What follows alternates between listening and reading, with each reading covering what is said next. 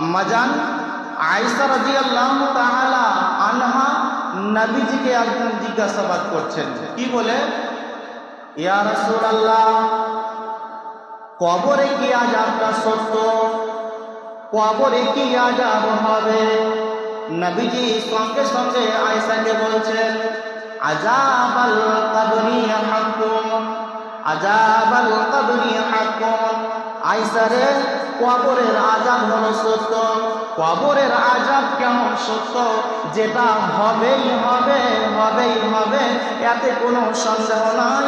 এমন হলো কবরের আযাব, হবেই কবরের আযাব।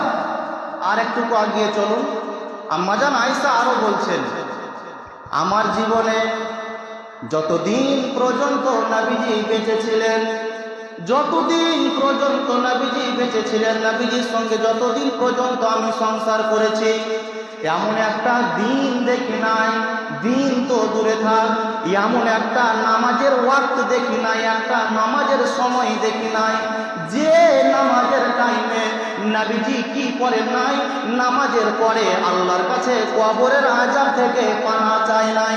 আম্মাজান আয়েশা বলছেন, নবীজি ঘরের ভিতরে নামাজ পড়ছেন, আমি বিছানাতে কোনো সময় শুয়ে আছি, আর কোনো সময় কোনো কাজে ব্যস্ত হয়ে আছে।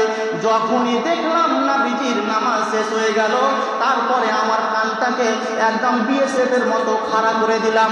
কানটাকে এত ধ্যানের সঙ্গে নবীজির দিকে রাখতাম যে নবীজি নামাজ শেষে হাত তুলে যে কথাগুলি বলছেন, এমন কথাগুলি কি বলছেন আমি ধ্যানের সঙ্গে যখন শুনতাম, নবীজির মুখ থেকে কান্নার আওয়াজ পাওয়া যেত।